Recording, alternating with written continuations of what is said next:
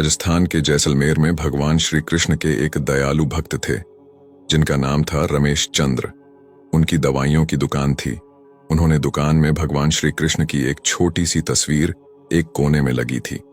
वे जब दुकान खोलते साफ सफाई के उपरांत हाथ धोकर नित्य भगवान की तस्वीर को साफ करते और बड़ी श्रद्धा से धूप इत्यादि दिखाते। उनका एक पुत्र भी था राकेश, जो अपनी पढ़ाई पूरी करके उनके ही साथ दुकान पर बैठा करता था। वह भी अपने पिता को ये सब करते हुए देखा करता और चूंकि वह नए जमाने का पढ़ा लिखा नवयुवक था, लिहाजा अपने पिता को समझाता कि भगवान वगैरह कुछ नहीं होते, सब मन का वहम है। शास्त्र कहते हैं कि सूर्य अपने रथ पर ब्रह्मांड का चक्कर लगाता है, जबकि विज्ञान ने सिद्ध कर दिया कि पृथ्वी सूर्य का चक्कर लगाती है। इस तरह से रोज विज्ञान के नए नए उदाहरण देता, यह बताने के लिए कि ईश्वर नहीं है। पिता उसको स्नेह भरी दृष्टि से देखते और मुस्कुराकर रह जाते। वे इस विषय पर तर्क वितर्क नहीं करना चाहते थे। समय बीतता गया, पिता बूढ़े हो गए थे। शायद वे जान गए थे कि अब उनका अंत समय निकट ही आ गया है।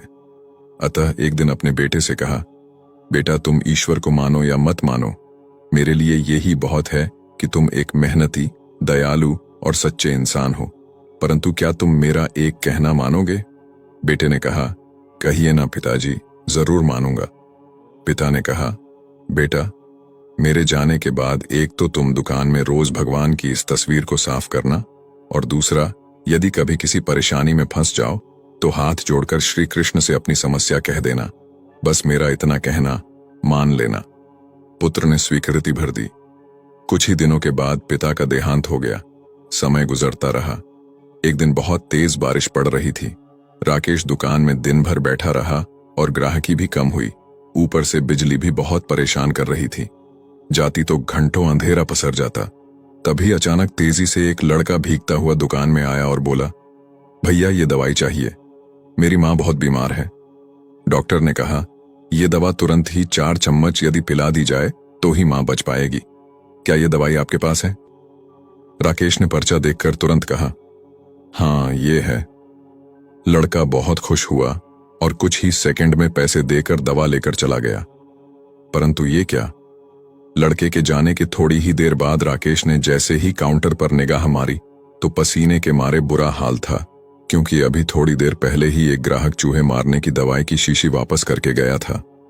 लाइट न होने की वजह से राकेश ने शीशी काउंटर पर ही रखी रहने दी कि लाइट आने पर वापस सही जगह पर रख देगा। पर जो लड़का दवाई लेने आया था वह अपनी शीशी की जगह चूहे मारने की दवाई ले गया और लड़का पढ़ा लिखा भी नहीं लग रहा था। हे भगवान, अनायास ही राकेश के मुंह से निकला, ये तो अनर्थ हो गया। तभी उसे अपने पिता की बात याद आई और वह तुरंत हाथ जोड़कर भगवान कृष्ण की तस्वीर के आगे दुखी मन से प्रार्थना करने लगा कि हे प्रभु, पिताजी हमेशा कहते थे कि आप हैं। यदि आप सचमुच हैं तो आज ये अनहोनी होने से बचा लो। एक माँ को उसके बेटे द्वारा जहर मत पीने दो, प्रभु, मत पीने दो। भैया, तभी पीछे से आवाज आई, भैया, कीचड़ की वजह से मैं फिसल गया, दवा की शीशी भी फूट गई, कृपया आप एक दूसरी शीशी दे दीजिए। भगवान की मनमोहक मुस्कान से भरी तस्वीर को देखकर राकेश की आंखों से झरझर आंसू बह निकले। आज उसके भीतर एक विश्वास जाग गया था कि कोई तो है जो यह पूरी सृष्टि चला रहा है। प्रेम और भक्ति से भरे हृदय से की गई प्रार्थना कभी अनसुनी नहीं जाती। यही है करुण पुकार जिसको ईश्वर कभी अनदेखा नहीं करते।